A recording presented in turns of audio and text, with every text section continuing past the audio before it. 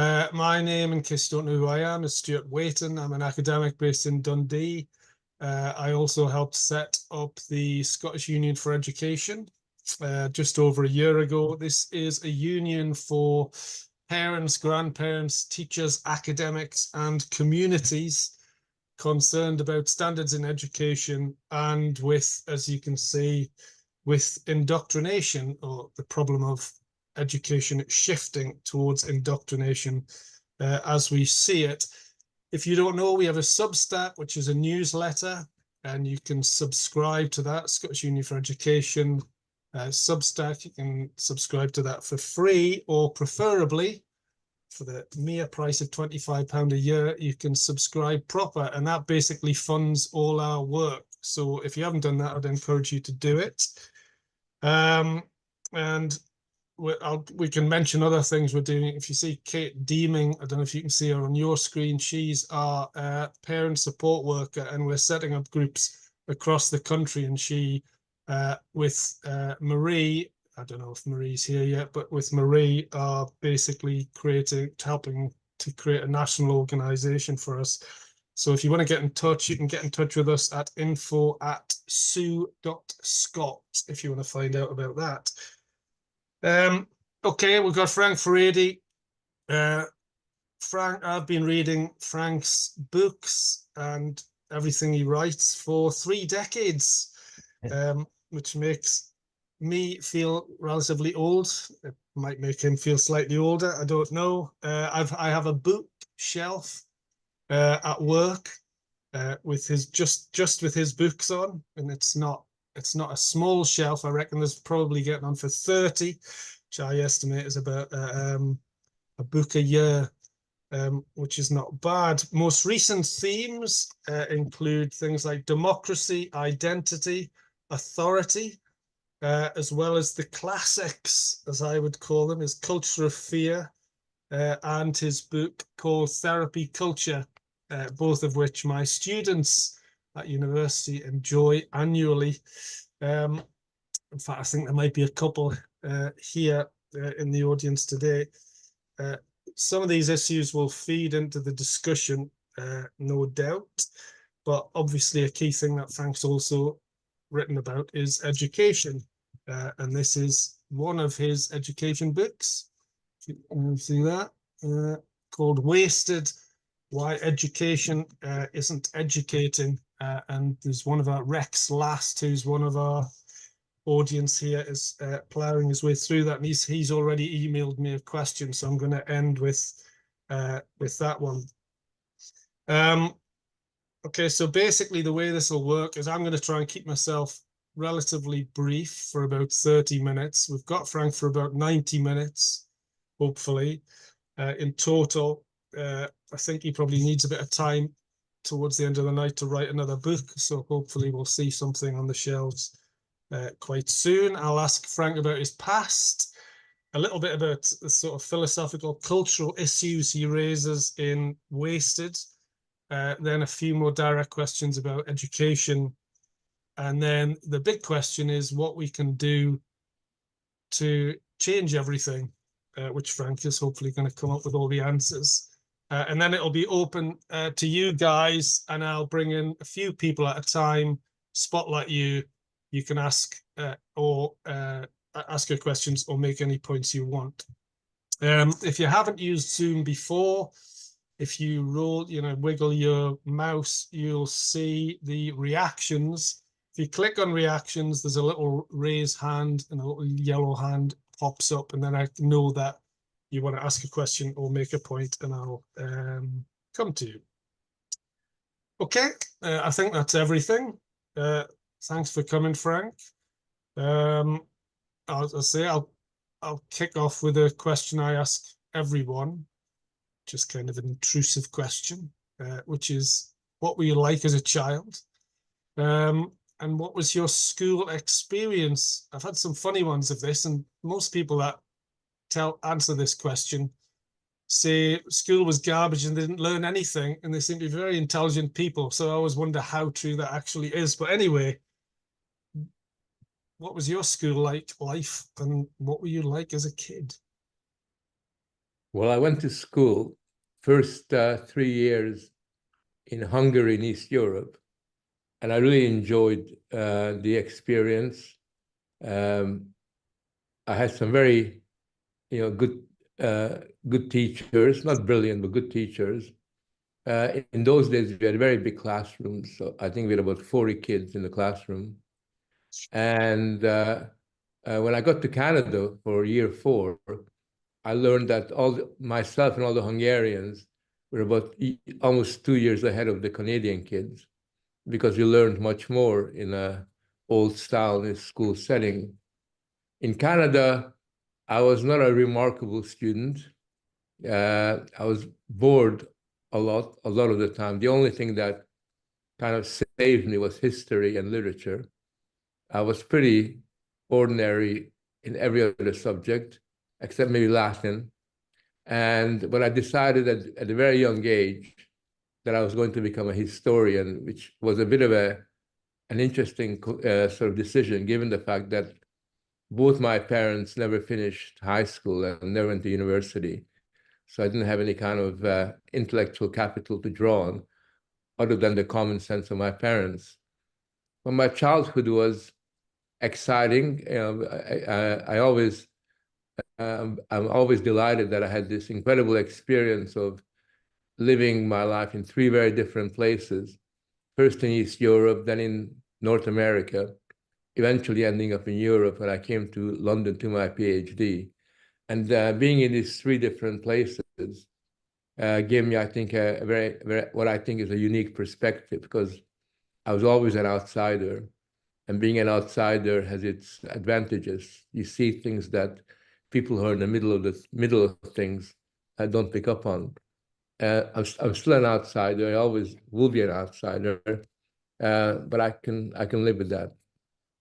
Yeah. So I think I've heard you say this before. It kind of surprises me because you seem quite smart to me, but you don't seem to think you were that smart a kid.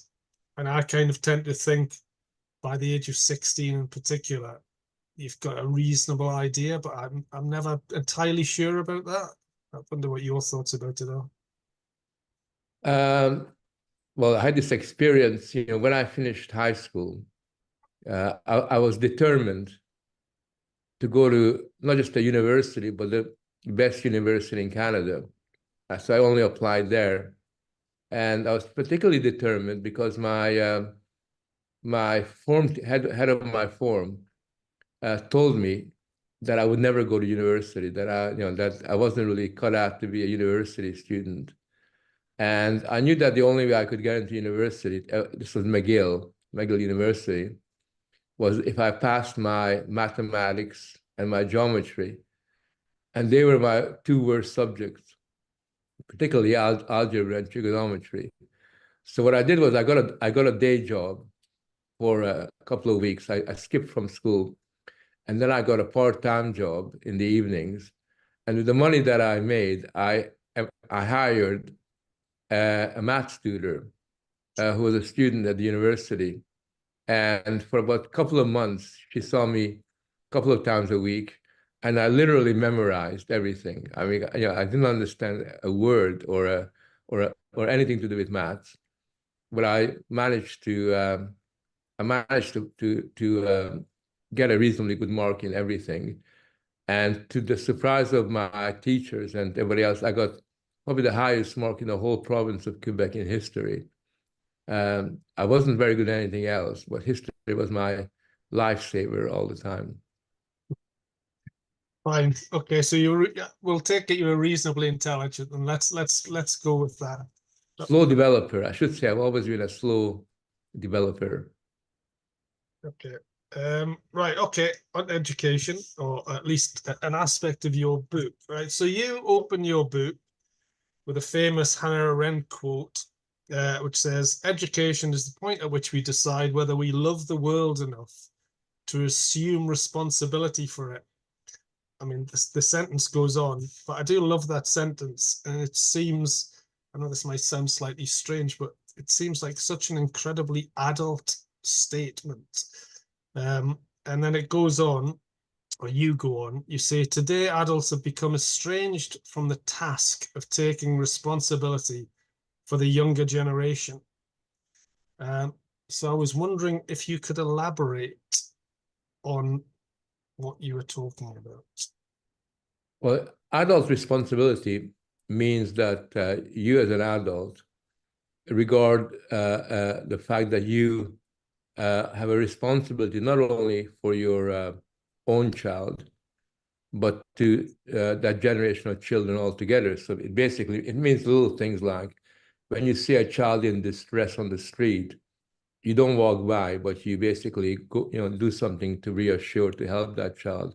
If you see children misbehaving, yelling, swearing, doing, painting graffiti, you don't just walk by. You basically tell them, this is not what I expect you to do. And you basically impose a degree of discipline, even though it's not your child. Now, today, a lot of people think that that's wrong, that you shouldn't be talking to other children. It's not your responsibility, it's the responsibility of the parents. And there's a kind of fragmented orientation towards the world of children. But secondly, I think that what's even worse is that the adult society has somehow decided that it's not their job to transmit the knowledge of the past, the legacy of the past, the heritage into which they were born to the next generation. So there's a basic rupture in the generational transaction between adults and children, which not everybody obviously is like that, but by and large, that's the dominant trend within our society.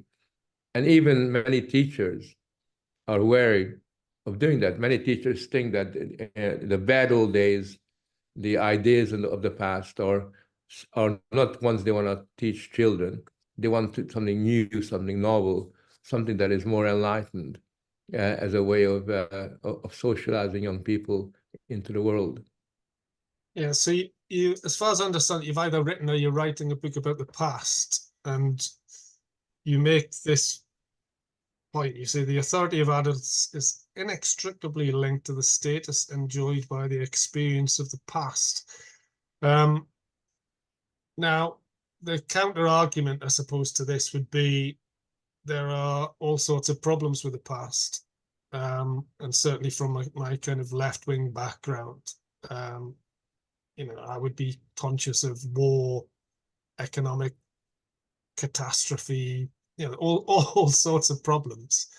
So when you're saying learn from the past, how is that just a balance issue, or what is it you mean? Why are you emphasizing this issue of the past? Well, the book is called The War Against the Past, and you can pre-order it on Amazon if you like. That's just an advert. Basically, for a lot of people, the expression learning from the past is just an empty rhetoric. A lot of people use, and they don't really know what that means.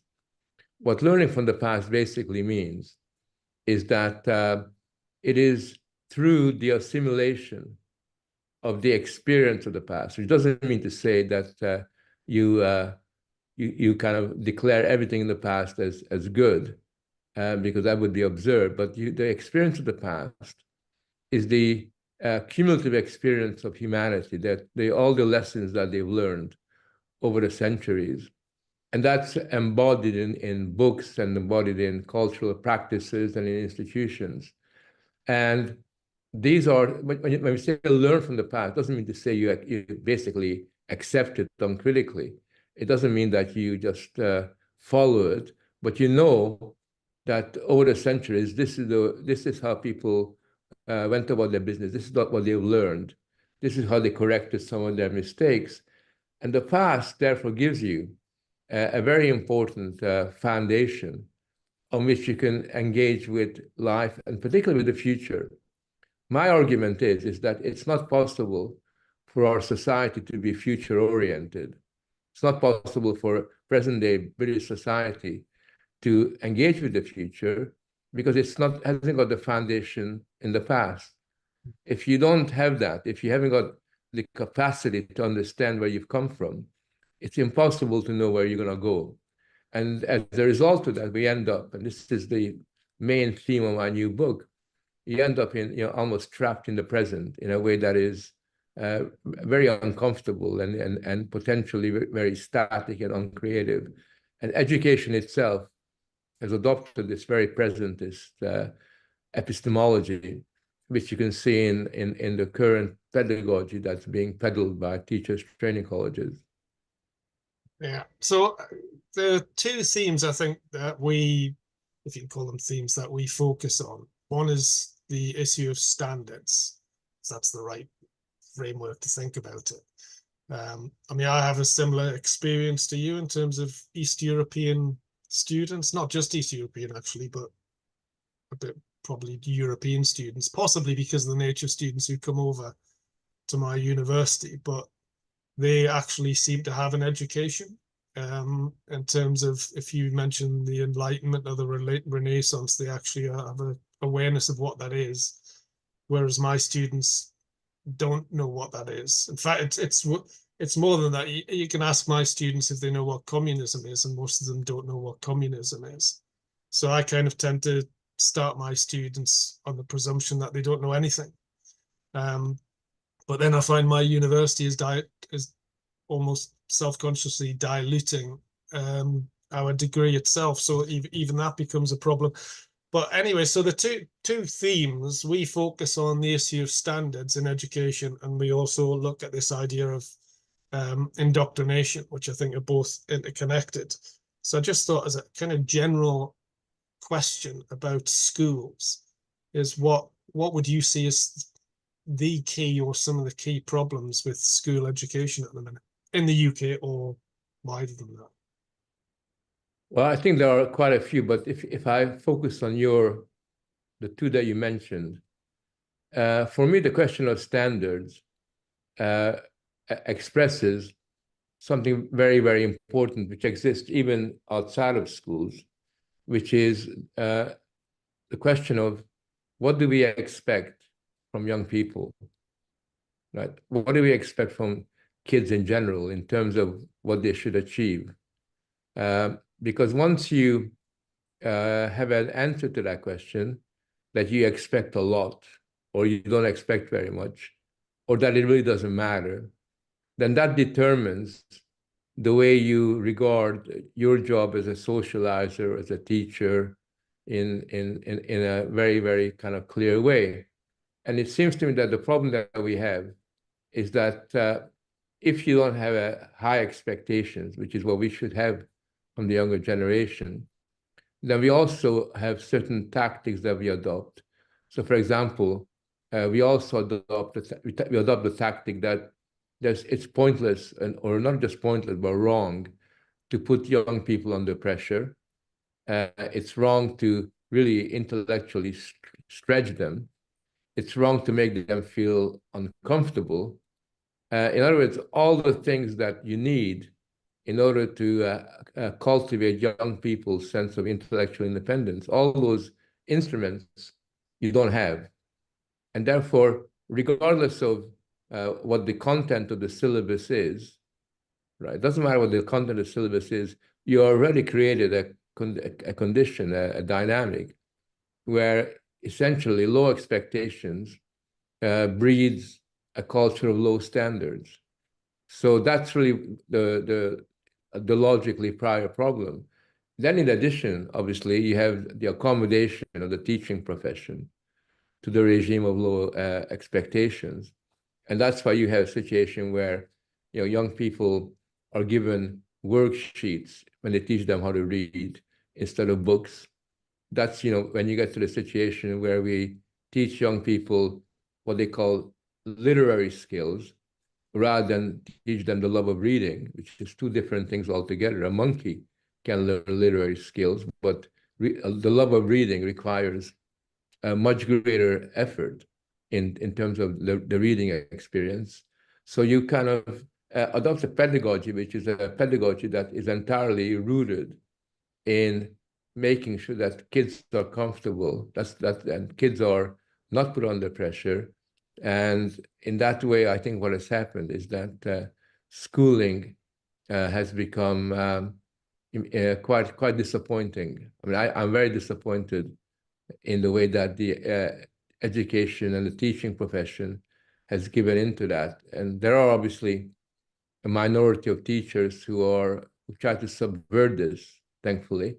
But the overall education system is, I mean, unbelievable. When I left the university, I don't know when it was, but 8, 9 years ago, 10 years ago, we had to put on a special class, a series of classes to sociology students, because when they came in to the university, they did not know the difference between an industrial society and a traditional society. And you cannot teach sociology unless you know the difference between a peasant economy and an industrial economy. That's a foundational starting point. So we basically did a couple of lectures on the history of industrial revolution, on the enclosure movement, all the things that normal pupils would have learned by the time they were 14. We couldn't take those things for granted. And as a result of that, you ended up in a situation where university became essentially not higher education, but higher education, essentially more of the schooling regime rather than something that was fundamentally different. Yeah, I mean, I've got a battle at the minute with my university insists it's not banning exams. It's kind of, I keep moaning to my colleagues about this, but it's like a Kafka-esque situation where I challenge the principal publicly about the fact that they've essentially eliminated exams, and she insists, absolutely blue in the face, that they haven't eliminated exams, while everyone who tries to get their kids to do an exam can't do an exam. And there's all sorts of, it's not part of authentic learning or this type of learning. There's all sorts of reasons for it, as far as I can see. But as far as I can see, it's too stressful for students to do actual exams. They can do online exams. I'm just marking them out at the minute. One of the latest ones was someone looked at my online lecture and wrote the answer by writing word for word my online lecture, which they wrote prior to the online exam, and then just uploaded it into the system. What could possibly go wrong? Anyway, so that's my recent experience of it. Okay, you work in Brussels in part, and you're with a group called MCC. Do you want to say a little bit about that? Because it's not from you specifically, but from the organization, there is a kind of, I don't know what you would call it, a manifesto for knowledge-based education, I suppose. I mean, I know MCC does more than that, but just thought you might want to say a little bit about this, because it sounds, well, I know it's interesting, but just for people who don't know about it. Well, the reason why I took on the job is because I felt when I was asked if I could basically start up this. It's a startup think tank that's been around over a year. It's because I felt that it was really important before I dropped dead to play a role in doing something effective in fighting the culture wars. And I felt Brussels was a really good place for that, because that's the hub of the culture wars in Europe. And what MCC Brussels does is try to project a cultural narrative, a political narrative that challenges the one that's hegemonic at the moment. And what we're doing is we're basically arguing that many of the ideals that are being promoted and normalized are fundamentally flawed. So we take up issues there from everything from the question of the past to the teaching of history to the question of gender ideology. We're going to do a thing next month that I'm very proud of, which nobody else does in Brussels. We ask the question, what is beauty? And because we think, it's quite important that culture and the culture war isn't simply a question of reacting to what's being thrown at us, but also initiating what we think a civilized world ought to look like. And we did a session, we did an event with 4 people on classical music. We asked the question, is classical music elitist, or is it something that has got a value that in and of itself? So it's really an attempt to provide a focus for people across Europe who are interested in both preserving the legacy of the past, but also in using that legacy as a way of answering the questions that are being thrown up in our world time and time again. And the work is very interesting. It's a real buzz. I'm really blessed. I got a big group now, 27 people working for me, and they're a real team. They're all motivated. They come from different countries, and it feels like I think we're making headway, and hopefully in a year from now, year and a half from now, you'll see that what we're doing has got more of an all-European, maybe international repercussion. Right. Okay, so people can ask about that, and if you want to start putting your hands up if you've got any questions for Frank. This is my final question. Well, it's a rather long, convoluted one, and I suppose one of the ideas around the Scottish Union for Education was an awareness that we need new institutions, and so a kind of an attempt to see if we can establish one in Scotland around this theme. And I'm conscious you've made this point yourself, that the people often react to things that are happening in the world, and you really want to almost set the agenda, if you like, rather than just reacting to things, which is easier said than done. So part of what we do in our newsletter is we do react. We react to what's happening with the transgender issue or the critical race theory in schools and so on and so forth. I don't think there's anything wrong with that. But also, this is more difficult, I think, because I think you need a much greater level of expertise to a certain extent. I'm quite keen to try and get people to write for us who have kind of excellence in subjects, so great historians, artists, writers, whatever it is, because I feel as if we need to inspire. So rather than just being critical, I feel as if we need to promote what education should be. I think, but I also feel that doesn't touch people as much, perhaps because we're not doing it that well, as much as something like the trans issue or something which is much more immediate, or the sex education issue, actually, because that's the thing that really kicked off here, which was very interesting, that I hadn't really picked up on, is that you start to get people campaigning around the kind of explicit and weird nature of the sex education in schools. So there's a lot of things in there, but I'll read you. This is from Rex, who's up on the screen there. He sent me this question. And really, my big question is, what should we do? Right? Well, what should we do in Scotland to help change the world? So that's the small question behind this. Anyway, Rex wrote in, he said, if education is damaged below the waterline by so many factors, as I believe it is, how do we set about rectifying the situation? As A, society has lost the coherence, disciplined structure of past times, and B, the only people who can bring about change are the generations who themselves have been indoctrinated by misconceptions of the true nature of education. I feel pretty pessimistic, but perhaps there is an answer to the end of your book. I'm only halfway through, said Rex. So I throw that out there and just leave you open to any suggestions that you would have about what we can do, what the people listening here can do to make a difference.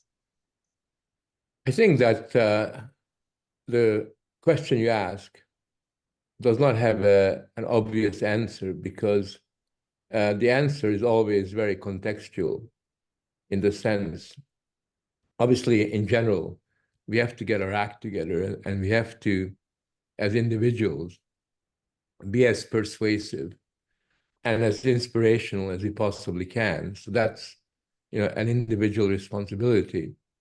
But I think there are a couple of things that I would suggest that are quite important. Obviously, there are some questions that are much more, provide a much better focus for mobilizing people.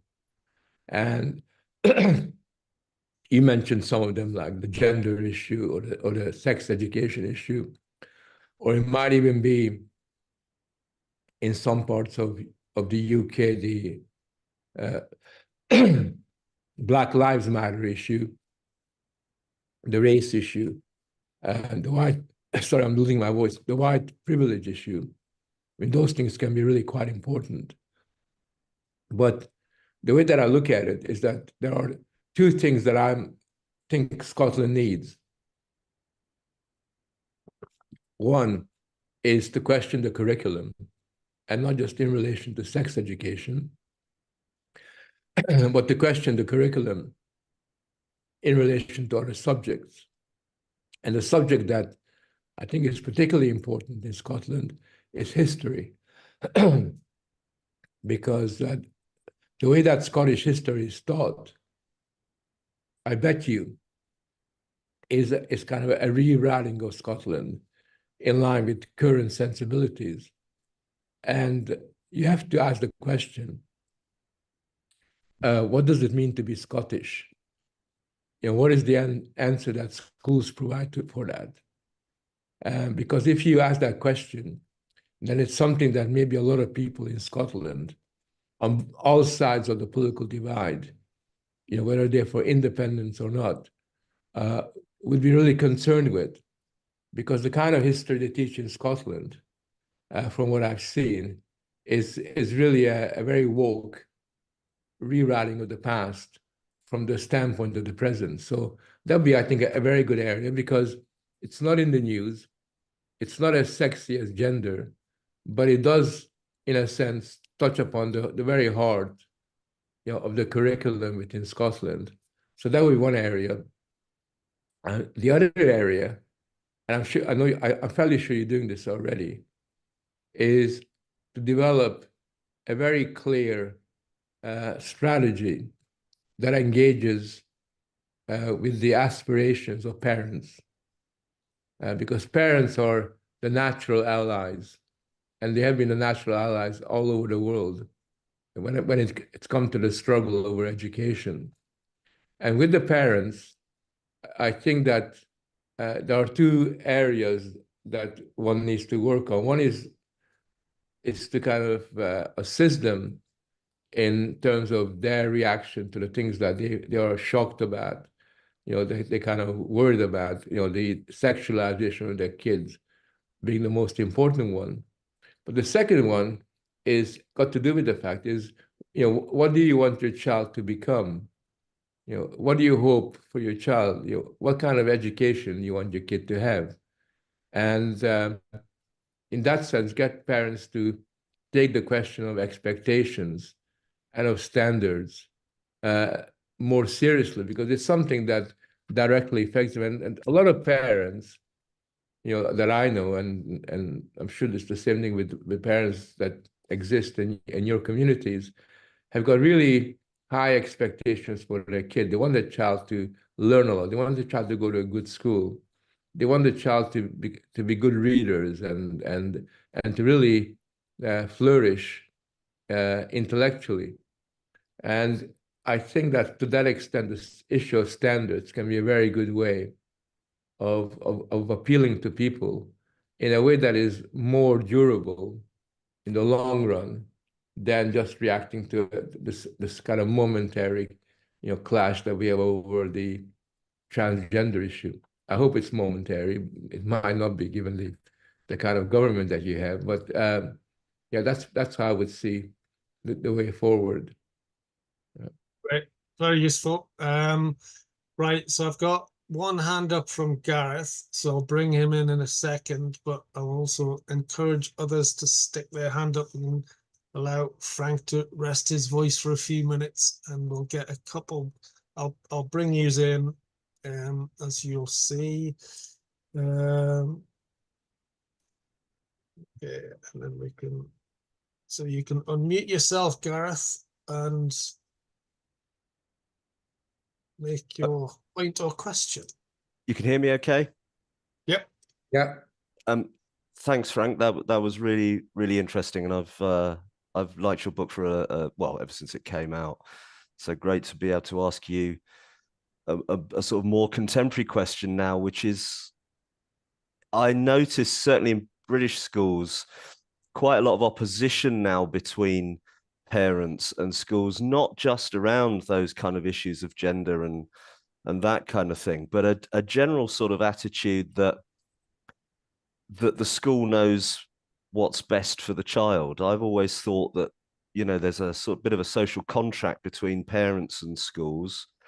When you send your child to a school, a spirit of cooperation is going to work far better with parents. I just wondered if you could say something about that, if you've detected any sort of changes in that, you know, where schools are basically more and more taking on the role of the parent. Okay, I'll bring Alex in, and then John, and then I'll bring you back in, Frank. You can unmute yourself, I think, Alex. Thank you very much. That's you. Frank, I'm going to woefully paraphrase some of the stuff you've been writing recently, in particular regarding higher education, the university sector. So if I've caught on, I understand.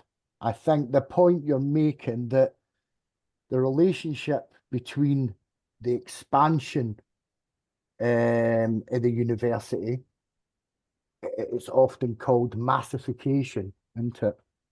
And that mass expansion of the university sector, I see it where I was brought up. I knew nobody who went to university. My nieces and nephews all went to university. All their mates went to university. So in one generation, that expansion, you can point to it. So obviously that requires a reaction from, you know, the educational establishment. If you're expanding the university sector to such a degree, then it requires some kind of reaction, some kind of change. And I think the point you were making was that what happened was they developed a therapeutic approach to education, and in particular to students, and basically an infantilizing approach to students. My question that comes for that, if I'm right to paraphrase you like this, is what's rarely talked about, that expansion of the university sector quite obviously brought in more working class young people into the sector. And was was that important in developing this idea of a therapeutic approach to education, because they were kind of worried about working class people at university? John. Hi, Frank. Thanks very much. Yeah, I guess I want to bring in another one of your books, the book on authority. And just ask you if you could make some connections between what you're saying about education and kind of lack of a historical sensibility. And I guess what strikes me is a kind of deep ambivalence about the problem of authority. So, you know, one could pick up many examples like, is a teenager really capable of being authority on their sexual identity for the rest of their life? Maybe they need somebody to stand in a position of, you know, guidance to sort of say, well, think about this. You may not be sure. But you know, it seems to me that academics, you know, social scientists are really ambivalent about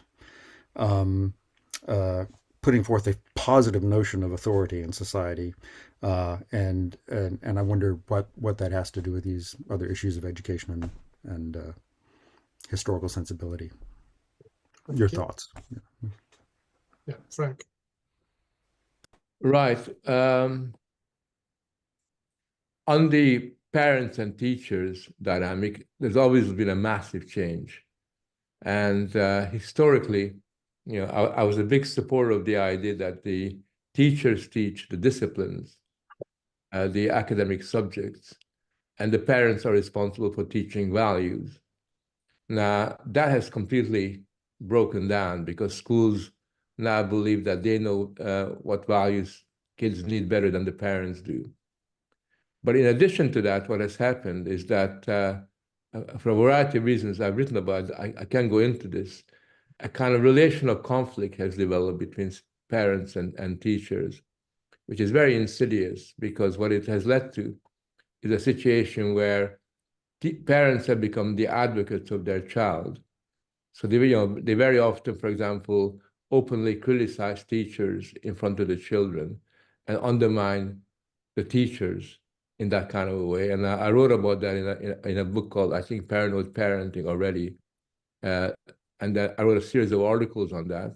So that's the parents' problems, that they don't realize that they got to separate themselves from their kid and not live their lives through them, through their education.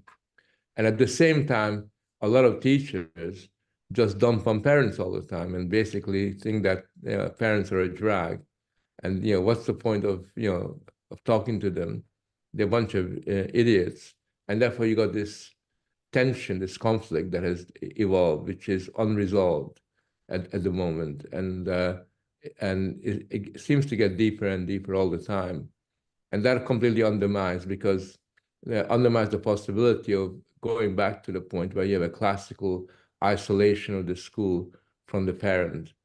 By the way, we're now getting this in universities where a lot of parents are putting their noses into the education of their kids. And the last year I was at university, I used to have parents phoning me up, asking me why did their kid get a bad grade, and little Jimmy deserved a lot more than that. So that's an interesting development. On Alex's point, I mean, it is important to realize that expanding the university need not have led to the following standards. It led to the following standards because universities became less committed to the struggle for ideals and ideas. It took them less seriously. And what you had with expansion was massification. Now, massification really is really a kind of transformation of students from being essentially defined by their academic vocation and their academic aspiration to being customers. And I think that once you have students seen as being customers, then you have to flatter them. You have this thing called the student experience. And of course, if you want to have students to have a really good experience, the one way of doing it is to give them high marks, not put pressure on them, and all the usual stuff. So basically, the therapeutic element comes in as an integral way of managing this kind of new kind of university. I think that the fact that a lot of the kids that came in were working class is incidental to that, except for one fact, which is that both working class and middle class kids were educated in schools to believe that they have to go to university, whether they liked it or not. So you end up with, I would say, at least a third of the student population who really doesn't want to be at the university. They're not really interested in anything, and they would do far better if they went to Spain for a year and bummed around on a beach, or they became an apprentice and learned a trade or anything. They would get much more out of that than just sitting there listening to somebody that you don't really are not interested in. And I agree with John about authority. I mean, that's really the nub of all the problems. Because when earlier on we talked about adult responsibility, well, adult responsibility has declined and unraveled because of the loss of adult authority. If adults do not feel authoritative, if their authority has been significantly undermined, if even the father's authority, the paternal authority within the home, is now called into question, then it's not surprising that all forms of authority, teachers' authority included, become fairly feeble. And that's why you're a situation where many teachers now, having got an authoritative presence in the classroom, they're not able to in a sense, manage the classroom on the basis of their disciplinary knowledge, or on the basis that people recognize, well, hey, that guy is a really excellent geographer or is a very good biologist. But instead, teachers get by having a good sense of humor, or they get by because they got people skills. They learn all these management techniques in teachers' education, which has the effect of, and the aim of bypassing authority. Everything seems to be organized towards the bypassing of authority. And of course, the more you bypass it, the deeper the problem becomes. Right. Okay. Thank you. Penny.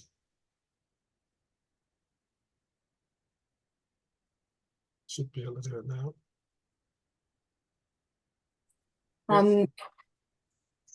I was really interested in what you were saying about history being a really important tool for us in Scotland, because I suppose that is the problem quite often, is that you feel like traditional understanding of the world is being undermined on lots of different forums, in lots of different areas, and it's hard to know where to start.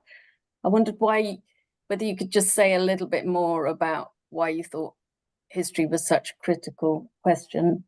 But I have been thinking about this question of history with my own work a lot at the moment. And I'm trying to sort of convince my colleagues that it's important that we teach students the history of architecture. And it's almost as if you've got to make the argument for history from first principles, which is a really interesting and exciting exercise in some ways. But I've also been reading George Orwell. And the thing that really strikes me about reading George Orwell, his essays, is that when he's describing the world, it seems like he's describing the world now. And I keep reading it and I keep thinking, is this a general problem that we've had for most of the 20th century? So he's writing from the 40s onwards, around 30s and 40s. Or is this something very specific, this presentism? Because he sort of, things that he says about the way in which we've lost a sense of our ability to use language to explain things and understand the world. And we just, particularly in politics, we just use language to fill space rather than to understand things. It seems like that's got a very long tail, that problem. And also the points he makes about our desire to be in the present. And I'm just wondering whether how you understand that there's something particularly bad at the moment, but it's a problem that seems to have been with us for most of the 20th century. Yeah, it's funny, just to chip in on that.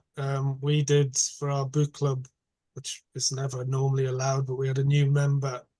So he wanted to redo 1984. And it's funny because we probably did it 15 years ago, maybe 20 years ago. And then I reread it. And the first time I read it, I hadn't noticed that he's now I would say he's talking about what I would now call the new elites.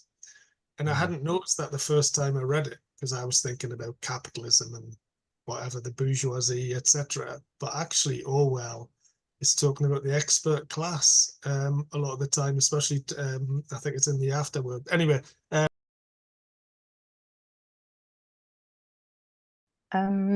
We all seem to have our favorite Furedi book.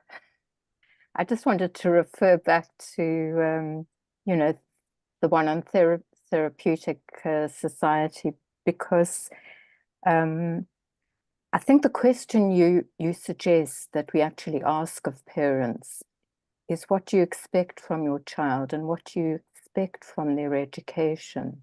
Where do you want to take them?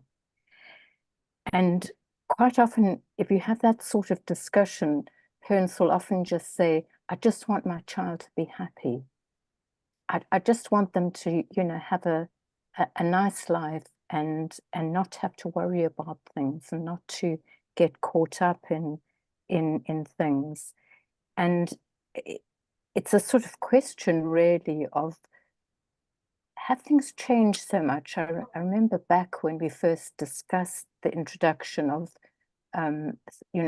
therapeutic ideas into education, the way that, children's feelings, their self-esteem and everything else was constructed around a whole number of ways in which teachers began to sort of encroach on parenting more and more. I just wonder if you feel that that's actually changed a bit, in the sense that teachers have taken over the parental role, and they've taken it over not just in the sense of the well-being question, but also in the sense of values, the inculcation of values. Just wonder if you see a sort of change over time in that respect. Yeah, thanks. Frank. Well, it's Jenny, it's a cumulative process. And one of the outcomes of this cumulative process is that the domain of socialization, which was shared between different parties, is now very strongly monopolized by the system of education. And probably the two most important influences on children's values are teachers and the media. And the parents come sort of really far behind as number three. Because these days, if you want to be able to influence your child's values, you cannot just simply expect that will happen. I mean, my parents never sat down with me to teach me values. They just assumed that, that would just happen, without any effort on their part. But these days, and I had to do this, even with my own son, and this was a while back, because he's not 28. So, even at that point in the late, sort of in around the turn of the century, the first decade, I had to basically adopt a tactic that every time he came back from school, and he came back with all this crap about, he would do geography, and they would learn that, the only thing that matters is the environment. And he would come back with a history lesson, and he would learn that, in the Industrial Revolution, we kind of polluted, the whole world. So every time he came back, I would say, this is what they teach you, but this is what the Furedis think. And my wife and I systematically did that. We continually debriefed him. That's what they say, but these are our values. And he became proud of that eventually. But we had to work at that, and that's not something that I wanted to do, because I have it's not that I got so much free time to kind of go through stuff like that. But you got to do that these days. Otherwise, you lose your child. And I know, for example, there are a lot of friends I have, not just in Britain, but here in Belgium, are really struggling because they are losing their child and don't realize that unless they pay more attention to the domain of values, they're going to end up with kids whose view of the world is very different than theirs. And that's not a comfortable situation to be in. So that's the cumulative outcome of the world that we're kind of living in.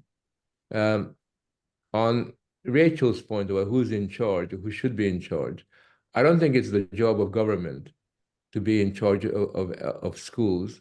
I think it's the job of governments to provide the preconditions for schools to thrive, and preconditions that you need for that being an effective system of education. I think in general, the question of, we need different kinds of schools, and we need different kinds of people managing schools, so that we have schools that cater for different types of people in different kind of contexts. But I've drawn the conclusion that now, for people like ourselves, we have got to think about setting up our own schools. Got to find some way how we can set up our own schools, because unless we do that, unless we're able to create an alternative model of how education should be run and how teachers should exist, and how they should teach, we're going to have a very big problem in relation to that. On Orwell and Penny's question, it's a very interesting question you ask, because when you read Orwell, or when you read some of the really smart people that were writing, sort of 50, 60, 70, 80 years ago, you sometimes read things and you can say, my God, these people already saw the problem that I'm confronted with.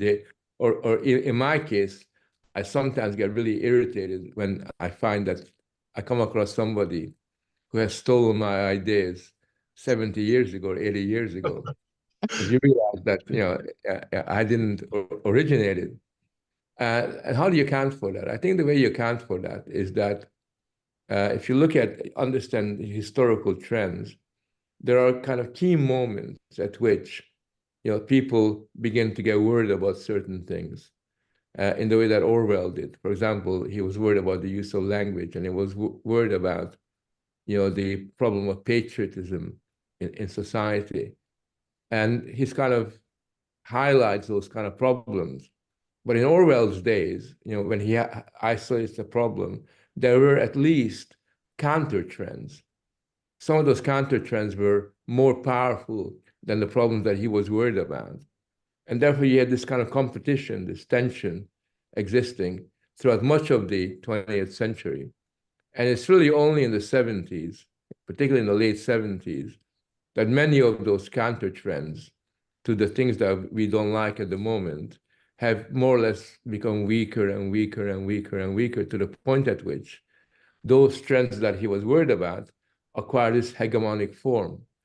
And so that's the way that I would understand the issues that you raise. And that's why it's useful to read intelligent people from the past, whilst recognizing that they are really picking up on something that hasn't yet crystallized into its absolutely clear and important form.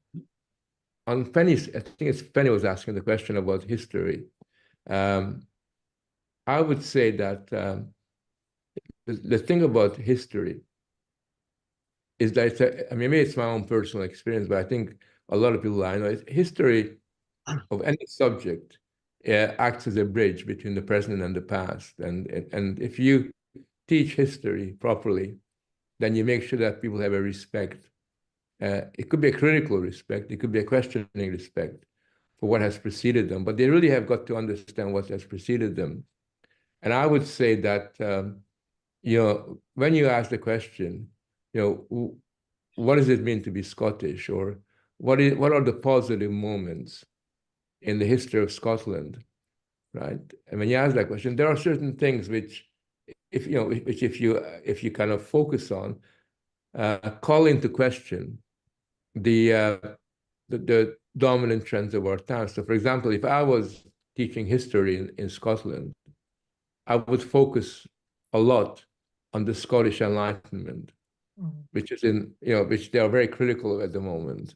But I would focus on the Scottish Enlightenment and ask the question, why was it that Scottish education had this kind of reputation for being world-class?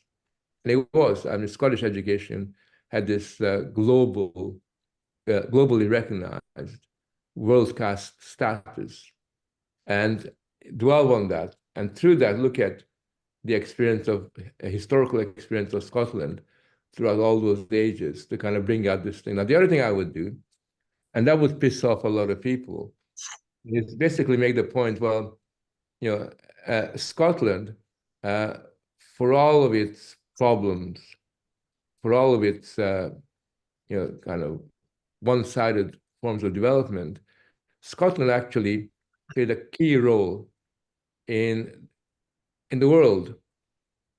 Scottish people, Scottish cultures, and Scottish ideals were integral to the expansion of Europe into the United States, into all parts of the world. Now, today that's seen as being bad, the fact that Europe expanded, sort of, and didn't decide just to stay at home, sort of like a good boy and good girl, but decided to kind of expand in other parts of the world. And in many ways, what Scotland did was play a really interesting role in the making of global history. And that had some, what they did wasn't all good, but on balance, it was pretty impressive.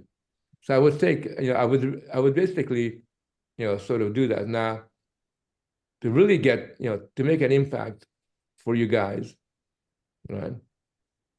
One of you or a group of you needs to write a book.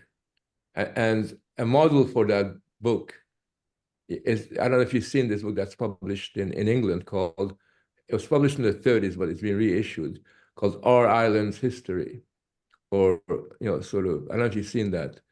I used to get my son to read it, sort of, because at least it had chronology in it, but also it kind of instilled a kind of pride. And I think you got to do the same thing for Scotland. You got to write, sort of, a kind of a subversive history of Scotland, sort of, and use that as a way of, kind of getting a debate and a discussion going.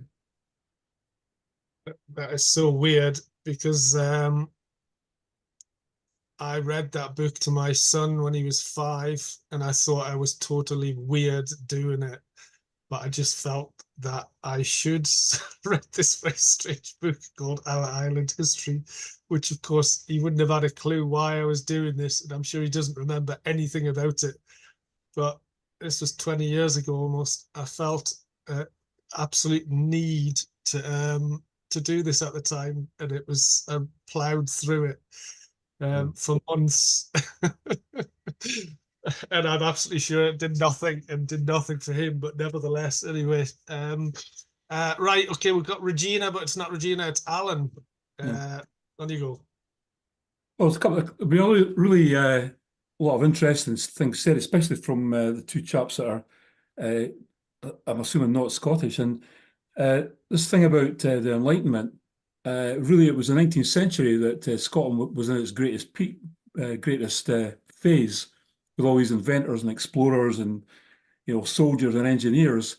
And the reason kids don't know anything about that is because that's the last thing the Scottish Nationalist Party want people to know, is that the great period of Scotland was when we matured into a big part of the UK, and the UK was a platform for all these Scottish people to move out of the country and do things across the world and in England.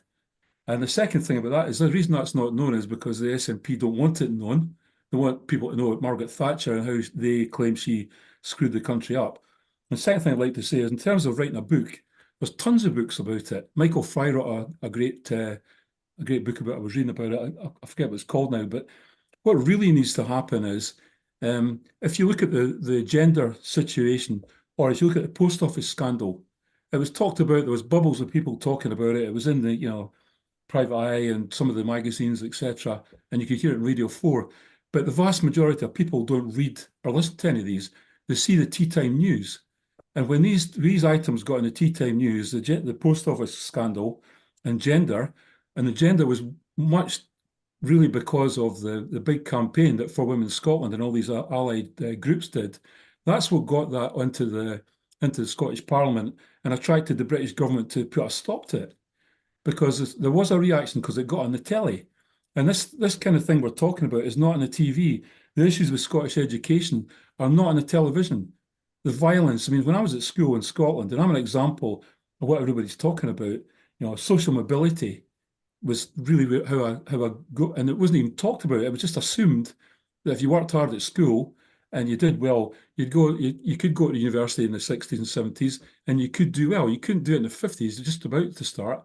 And you can't do it now. And this chip in the shoulder thing you're talking about working class kids going to university, well, I had it for a few weeks until I found out that I was just as bright as all the George Watsons and Heriot's guys that were in the same year as me, because I was as well educated. The kids that come from these schools now aren't as well educated as the private school kids.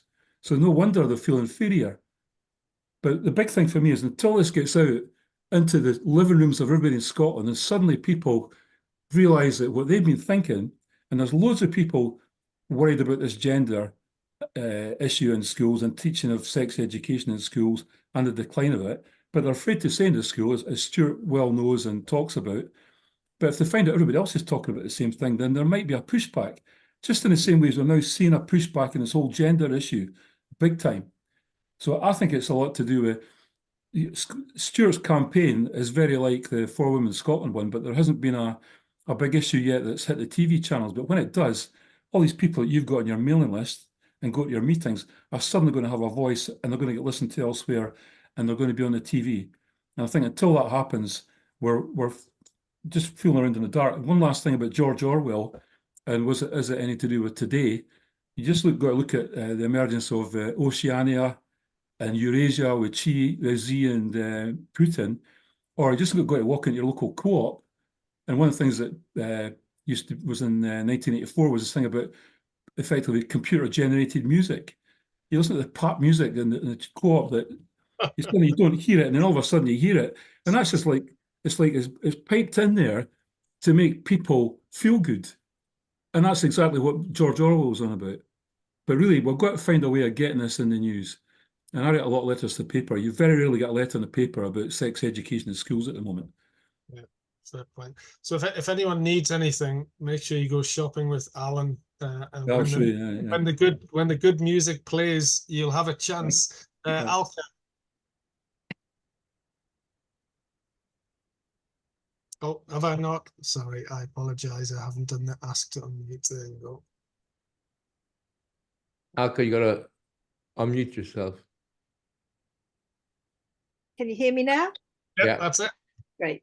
Okay, so thank you, Frank. Thank you, Stuart. I've got to just quickly share a story that's just come through our inbox today at Don't Divide Us, because it's in Scotland. It's Drumchapel School, in case any of you teach there or know event or have kids there.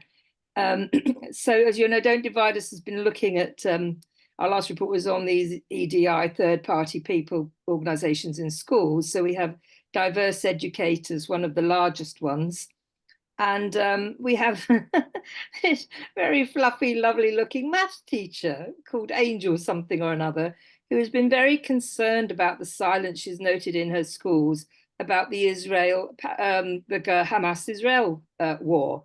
And she thinks this silence is really problematic for children. So she, as organizer of the anti-racist club in Drumchapel School, is taking it upon herself to create a load of resources. Now, I don't know how widely they're being used or if anyone will use them, but when you look it up and you'll see suffice me to say that she wants to, think reflectively and create something nuanced. And at the core of her work is the work of Banksy. So this, I think, should tell you quite a lot about the intellectual level, which is kind of lower than that of a slug, of this teacher who is actually a maths teacher. You'd think she would, it just shows you how little she thinks of her own subject, going to what you were saying about subjects. Anyway, sorry, rant over. That's just to alert you guys in Scotland. Look out for this group and this woman, this teacher. What I wanted to ask you, Frank, was about your formulation of like knowledge and values, which I want to ask you whether you think it is worthwhile thinking about creating some more differentiations when we talk about values, because the problem I've found over a long time with posing it the way you did of, school does knowledge, parents does the values, is that it kind of makes schools seem really like valueless, like really anodyne, morally anemic places, which is no school or teacher wants to be that. And I think, for me, I conceive of it as that there are kind of layers of values, if you like. There are the immediate core fundamental values of like existentially have being, sex, how you relate to people immediately.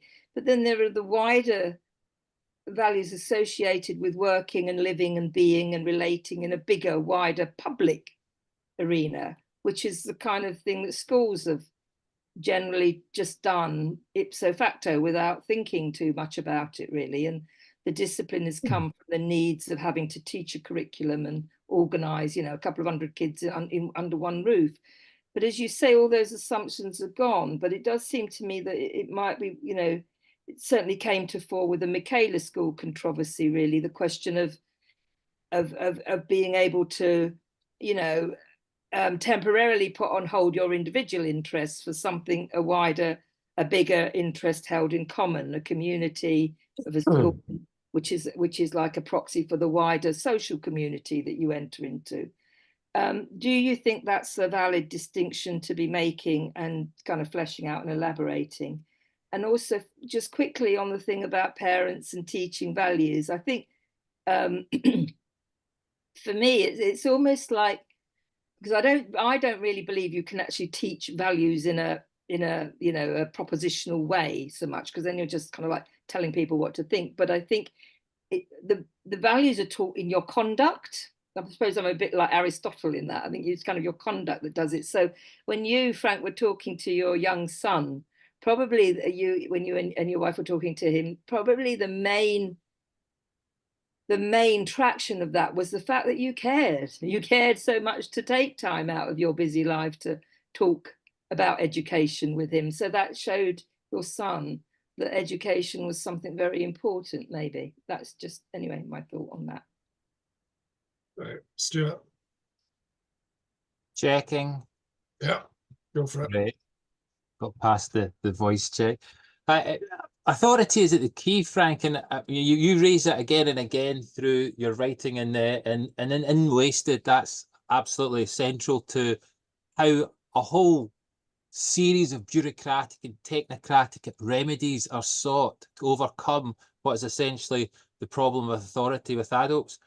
And it was been, you know, when we look at the past, we see issues of authority in the past as well. And that's because the issue of authority is ongoing. It's a dynamic situation in a sense, which each age has to face.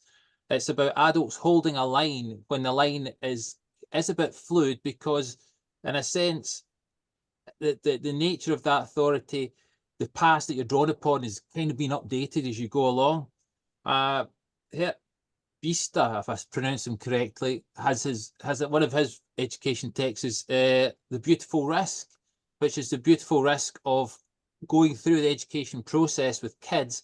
And the risk is, well, the hope is the kids then take your place as adult. And he draws upon Hannah Arendt quite successfully, I say. And he also sets out his parameters of considering education in terms of, he talks about qualification, the subject, subjectification, this growth into adulthood, and the socialization, which is the drawing on of the past.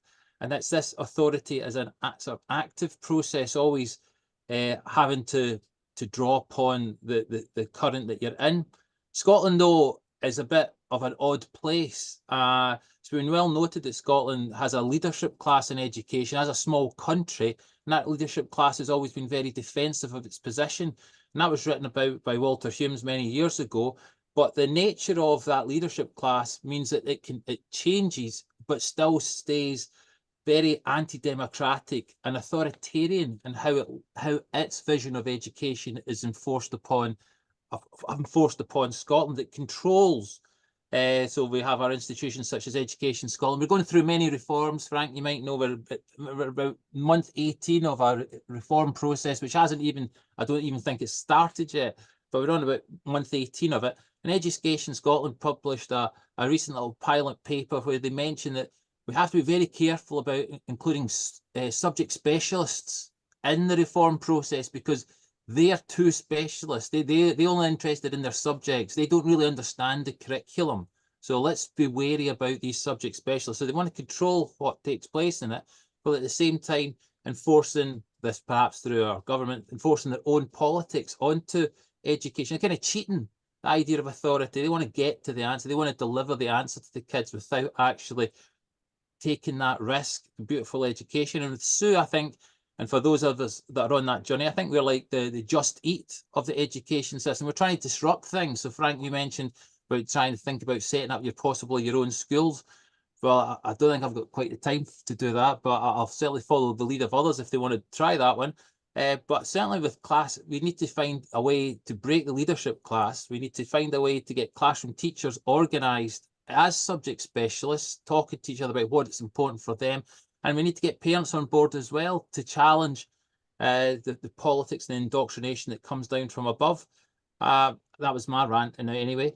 Just I'll add one thing, even when the Scottish Government get the occasional stat that actually tells them that classroom teachers don't actually agree with the reform process, which they got in February, over 50% of those that returned a survey result said they don't like the reform process, the assessment aims of it, which include getting rid of what you would count as GCSE exams.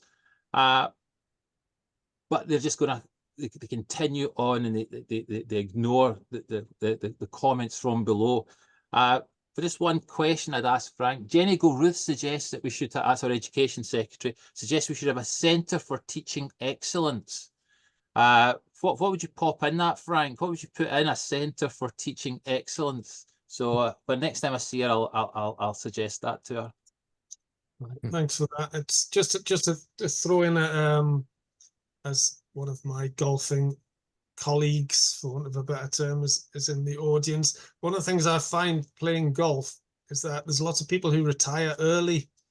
And I also find that older people underestimate their significance. I think I'm convinced we need a grey revolution where older people take themselves more seriously and realize that they have got a hell of a lot to teach young people because of the amount of crap that they've been brought up on. So perhaps some of those early retirement people can help us set up a school because they've got loads of time. Frank? Yeah, I think that even in England, the number of early retired teachers that I encounter is phenomenal. Unfortunately, the reason why they retired is because they just have given up on the school. You know, they feel that just pointless teaching, spending time, and which is a tragedy. Because precisely people like that should be the ones that are playing a role in fighting back against the world that we live in. Obviously, a term like teaching excellence, you know, sort of in a hub where you teach that, you know what that's going to be like. It's going to be a way of kind of creating a cadre of individuals, you know, who are fully versed in the latest sort of trendy pedagogic fads, and who basically these days would be excellent because they learned a variety of psychological techniques with which to manipulate children, essentially, because that's what, you know, sort of, that's what it's really all about.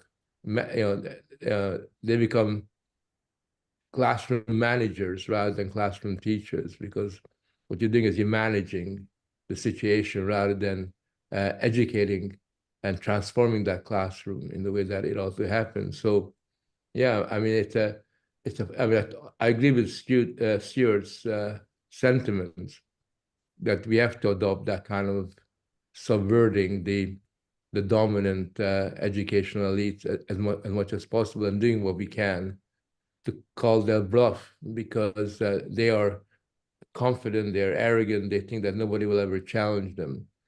And that's on the basis of simply having the right contacts, knowing the right kind of people, and being in that kind of position. I agree with Alka that, yeah, and I would even go a step further. I don't think that virtue can be taught. You know, we learned that from Greek philosophy, that's something, you know, you can only achieve in, you know, in a number of indirect ways. And similarly, values, you cannot teach people values. You know, it becomes entirely meaningless. But the way schools can play a role in this, as you imply, is by using a variety of subjects as a way of getting across what a good life is really all about. I think there's a agreement on the fact that, you know, love is better than hate, you know, sort of, and solidarity, and you know, sort of certain personal attributes are ones that we would, you know, like not cheating on your friends, you know, sort of not being a gossip, and all those things that we know are negative characteristics. They're things that people can learn, and they do learn from the novels they read, from the discussions they have in the classroom. And that is, in that sense, it's not valueless. The school isn't valueless. What I was referring to is that I don't want kids to learn values through a particular citizenship class or a particular values education class, because then it becomes a prelude to indoctrinating them, and in a way that is, I think, is quite illegitimate. Similarly, I don't expect parents to sit down, unless they're very religious. I don't expect them to sit down and basically read Oakeshott or sort of or Scruton or somebody like that, and get them to discuss it. On the other hand, I wish that more and more English and Scottish children learn philosophy at when they're 16 or 17. It's probably the best subject for that you can use to get some of these ideas and these issues across. On the telly side, the point that Alan made, I think that's true in some sense. In Brussels, what we decided to do was to have a double-pronged strategy. We publish substantial reports that are really intellectually quite challenging. But at the same time, we also started using videos, and we started using YouTube quite a bit. We do both very short clips, 30 seconds, 50 seconds, 60-second clips, and we also use longer discussions and a longer format on YouTube, and they seem to be quite effective because a lot more people listen to those kind of things. So, and I know that in many parts of the world, a lot of people have got across or tried to undermine the quarantine that they experience, where they're not allowed to be on TV, where their voices are not heard on television. We basically decided that rather than, trying to get these people to change their minds, it's much better that you develop your own media, and it's very cheap at the moment. All these things don't cost very much money, and I think that's also another possibility where we use particularly digital technology to realize the kind of objectives that Alan wants to see. Great, thank you. Our education correspondent, Julie, or Jules, as you are down there. Right, I was thinking that was us ending, and then your two hands popped up. So you've got about a minute and a half. Go. You should be able to unmute now. Okay, okay. Yep. Okay, yeah, it was just going back on what you said about what does it mean to be Scottish in a teaching of history, which I completely agree with. I can just foresee one possible challenge for that going forward. And I recently wrote about this for Sue, and it was Scotland's changing landscape. And I think Alan makes a good point in that a lot of these changes aren't being reported in the news. So, for example, there are less and less Scottish people in Scotland every year. The birth rate is plummeting. The total fertility rate is down to 1.28. It's going to go down again for 2023. And one of my points was that culture, Scottish history and linguistic traditions may become irrelevant and in some communities disappear altogether. And I think that's a worry. And also the Scottish government data, they have a classification of white Scottish pupils in their schools. But in 2014, 84% of the pupils were white Scottish. And by 2023, that's plummeted to 73%. We could be looking at a situation by the end of the decade where maybe only 60 to 62% of the pupils in Scottish schools are actually termed, as a government calls them, white Scottish. So my question when I wrote about it was, what expectations will a multicultural society want from the Scottish education system in terms of English and history and languages? Right, thank you. Mark. Maggie, thanks. Maggie, sorry, to go back to Frank, you were speaking about the curriculum. My concern as an early retired, early years teacher is actually about teaching human beings to read, children in the early stages. From my experience before I retired, what concerned me was teachers, newly qualified teachers, were coming into schools and did not know how to teach children to read. So in a way, they avoided it. This was where the worksheets came in, because the teachers didn't themselves have the skills to teach the reading. As you said, I agree, the value was not put in books. The curiosity, a child is naturally curious, that was being dumbed down in some way, their curiosity, because they weren't being extended, they weren't being challenged. We have a counsellor here, we have libraries closing in Aberdeen, and we have a counsellor who said, what's the problem? They're just buildings. So when we have that in the city council, what are our schools going to do? I've also had a teacher who came to me when I was allocating classes, please don't give me primary 7. I said, why not? They're a lovely class, because I can't do the primary 7 maths. Now, until we have some rigor in the teacher training course and in this curriculum, I can't see a way forward here, you know. I mean, I spoke to a friend last week who lectures in the local university in the Faculty of Education, and she said, the standard is not important anymore. The expectation is low and the standard is not there. So until we get a rigorous curriculum with well-qualified teachers, our children are suffering. Thanks, Frank. I mean, I would get rid of teacher training colleges. I always argued against them.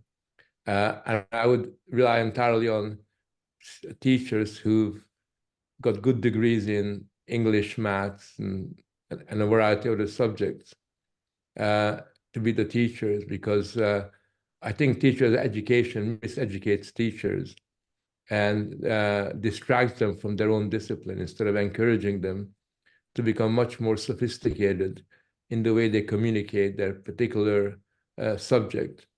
If you take, for example, reading, it's interesting. We have to remember that throughout European history, parents managed to teach their kids how to read in the 19th century.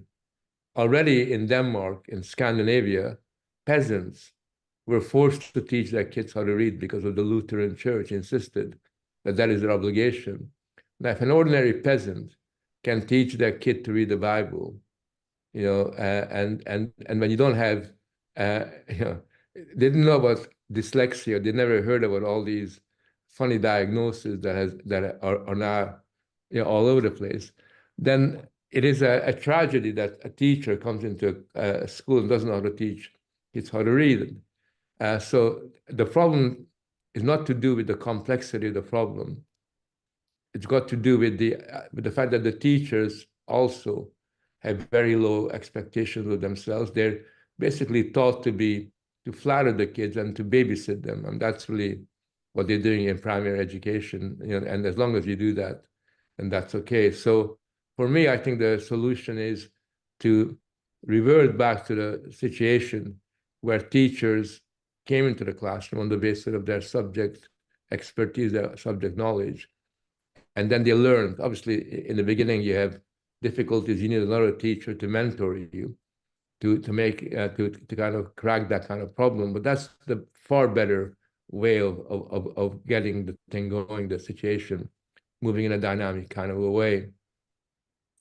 On the point that Julie raises, it's a very interesting problem, sort of that Scottish people have, decided that, they're going to gradually die out, and, sort of, it basically will mean that we no longer have any Scottish hooligan football fans coming down to England to give us a hard time. I think that history is all the more important for the reasons that you outlined.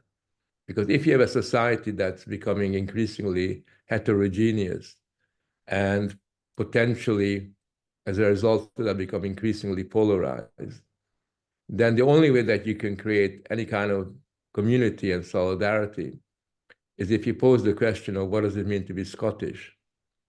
And the point is that when you come to Scotland, it doesn't matter whether you come from Bangladesh or Sweden, right? You're expected to become Scottish, right? I mean, that's the deal, it seems to me, that everybody signs up to a common outlook on the world, common values. I mean, you can retain your specific cultural or religious affiliations, but at the end of the day, you are Scottish. You know, when I went to Canada, I became a Canadian-Hungarian. You know, sort of, I was still Hungarian, but I was, you know, I was Canadian, and that's precisely why history, the Scottish history, is so important. So rather than teaching Bangladeshi children Bangladeshi history, right, or Swedish children history of the Vikings, basically, you know, we make them acquainted with this common story that, in a sense, symbolizes and gives meaning to what it means to be Scottish. History does that better than anything else.